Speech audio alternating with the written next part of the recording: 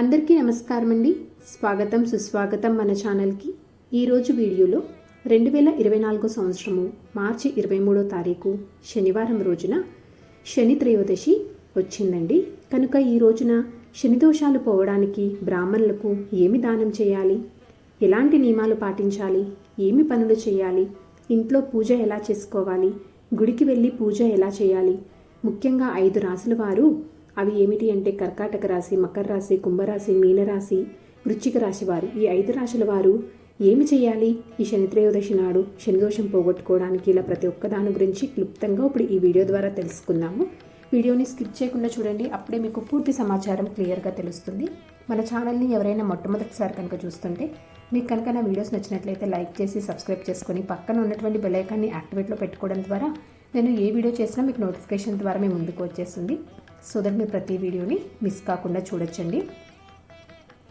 నవగ్రహాలలో 7వ వాడైన శనీశ్వరుడు సూర్యభగవానునికి ఛాయాదేవికి కలిగిన కుమారుడని శాస్త్రాలు చెప్తున్నాయి.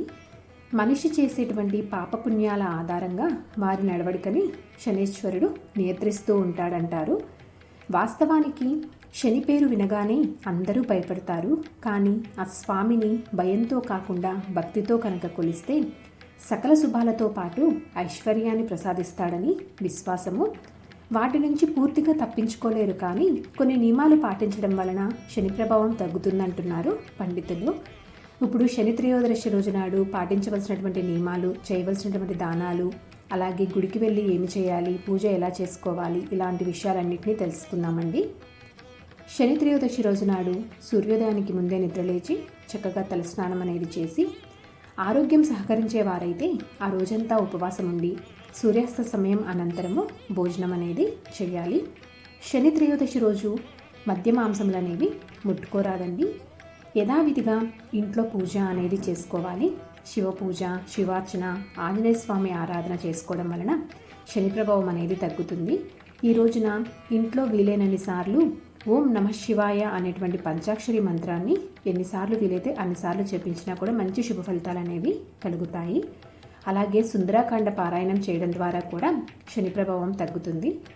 ఈరోజు ఆకలితో అలమటించే వారికి, అలాగే మూగజీవాలకి భోజనం అనేది పెట్టడం వలన కూడా మంచి కలుగుతుంది. ఈ రోజున ఎట్టి పరిస్థితుల్లోనూ ఎవరి దగ్గర నుంచి ఇనుము, ఉప్పు, నువ్వుల నూనె వీటిని చేతితోటి అసలు తీసుకోవద్దు. అసలు తీసుకోకుండా ఉండడానికి ప్రయత్నించండి. ఏదైనా పరిస్థితిలో తీసుకోవాల్సి వస్తే చేతితో మాత్రం తీసుకోకుండా ఉండడానికి ప్రయత్నం చేయండి.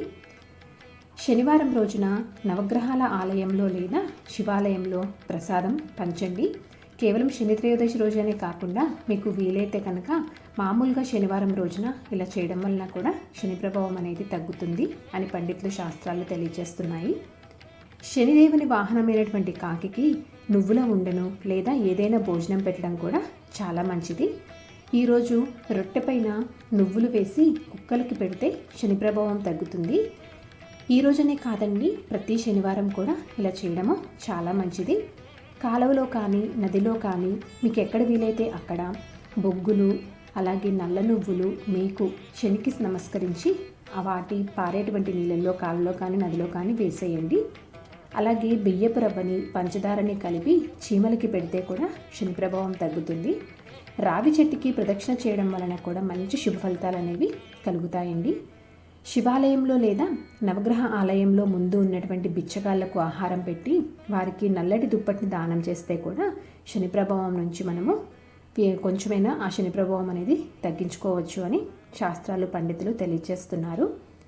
శనివారం త్రయోదశి తిథి వచ్చిన రోజున గుడికి వెళ్ళి నవగ్రహాల ఆలయంలో లేదా శివాలయంలో శనిదేవునికి నువ్వుల నూనెతోటి తైలాభిషేకం చేసి ఆ స్వామికి ఇష్టమైనటువంటి నల్ల నువ్వులను, చెప్పులు, గొడుగు ఇలాంటి వాటిని బ్రాహ్మణులకి దానం చేయడం వలన శని ప్రసన్నుడవుతాడని, ఏలినాటి శని, అర్ధాష్టమ శని బాధల నుంచి ఉపశమనం లభిస్తుందని అనే పండితులు తెలియజేస్తున్నారు.